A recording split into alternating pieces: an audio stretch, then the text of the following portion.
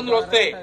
ఎందుకంటే వీరభద్ర స్వామి ఊరికనే రాలా, వాడు సాక్షాత్తు సతీదేవి నాయన శివుని తిడితే ఆమె తన ఆత్మాహుతి చేసుకుంటే వీరభద్రుడు వచ్చాడు, దక్షుడు తలకాయ తీసి యజ్ఞగుండంలో పడేశాడు.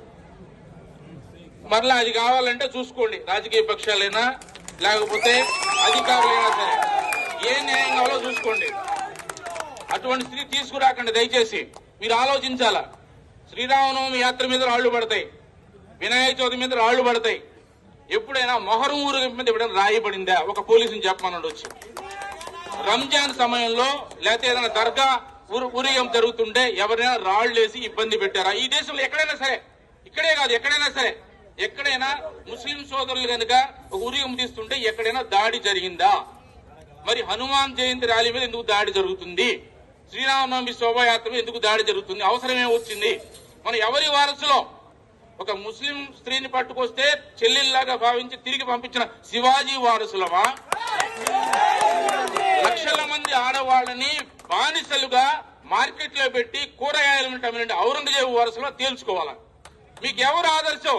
ఆడవాళ్ళని అమ్మేవాళ్ళ, ఆడవాళ్ళని కాపాడేవాళ్ళ? ఇప్పుడు ఎవరికి రక్షణ కల్పిస్తారు మీరు?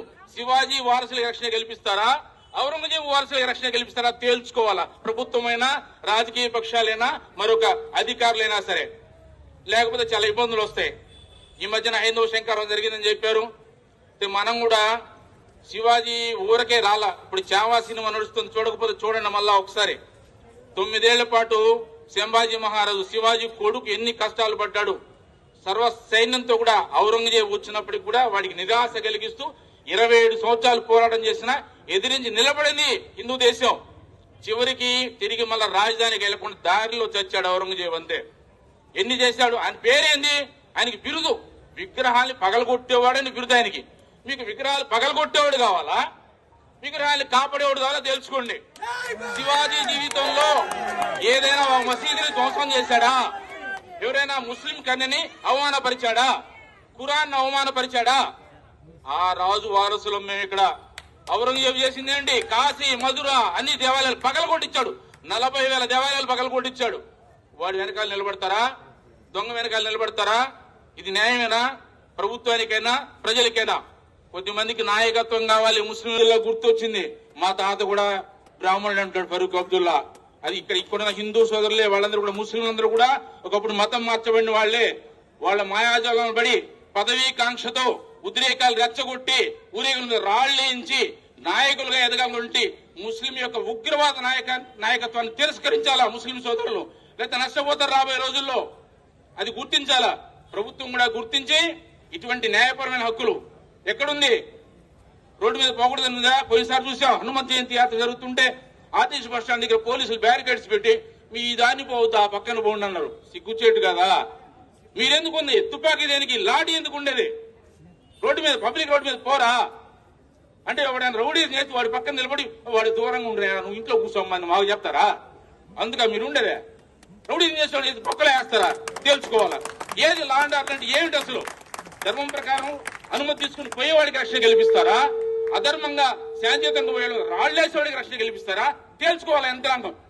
సాక్షాత్ మనం గౌరవమైనటువంటి జిల్లా మేజిస్ట్రేట్ వారి కార్యాలయం దగ్గర నిలబడి ఉన్నాం. మనం న్యాయాలయాలు వాళ్ళకి తెలుసు ఏది మంచి ఏది చెడ్డో. ప్రభుత్వానికి, మంత్రి గారి, ముఖ్యమంత్రి గారికి, ఉప ముఖ్యమంత్రి గారికి కూడా ఈ విషయాన్ని తీసుకెళ్లి ఈ రాష్ట్రంలో హిందువులు 2వ శ్రేణి పౌరులు కాదు, వాళ్ళకి సమాన హక్కులు ఉన్నాయి. ఏ దేశంలో అయితే ఆ దేశ వాసులకి హక్కులు ఉంటాయి. అందరూ సుఖజీవనం కలపాలి. ఎక్కడ కూడా ముస్లింలకి, క్రైస్తవులకు వ్యతిరేకంగా మాట్లాడేది అలవాటు మనకు లేదు. ముస్లింలకు వ్యతిరేకంగా అది ర్యాలీ ముస్లిం ఉగ్రవాద నాయకత్వానికి వ్యతిరేకం, క్రైస్తవులకు వ్యతిరేకం కాదు. మేము వ్యతిరేకిస్తాం ఎవరిని? భారత్ మాతకు చేయనకపోతే వ్యతిరేకిస్తాం ఖచ్చితంగా. వాడు ఎవడైనా సరే. రావణాసురుడు ఎందుకు చంపాడు? ముస్లిం వాడు చంపాడు. రాముడా? కంసుడు ఎందుకు చంపాడు? కృష్ణుడు మేనమామేనే. తప్పుదారులు వెళ్తుండే వేస్తారు అంతే. ఇక్కడ కూడా అంతే. కాబట్టి దేశాన్ని ప్రేమిస్తే ఇక్కడ ఉండండి. యూరోప్ లో నడుస్తుంది ఏంటో తెలుసా? యూత్ టీ షర్ట్లు వేసుకోవాలా. ఆ పేరు ఈ పేరు కాదు వేసుకోవాల్సిన టీ షర్ట్ల మీద. మీరు ఉండే దేశాన్ని ప్రేమించండి. ఏంటి? మీరుండే దేశాన్ని ప్రేమించండి. లేదా మీకు లవ్ పాకిస్తాన్ మీదో, అమెరికా మీదో, చైనా మీద ఉంటే అక్కడికి వెళ్ళి బతకండి. మీకు ఎక్కడ మీరు ప్రేమించే దేశానికి వెళ్ళినా బతకండి. లేదు ఇక్కడ బతుకుతున్న దేశాన్ని ప్రేమించండి. యంత్రాంగం కూడా అదే ఆలోచించాలా. మేము వందే మాత్రం పాడడం, జనగణమన ఇస్తే నిలబడడం, భారత మాతకు జయను, జెండా ఎగరేస్తే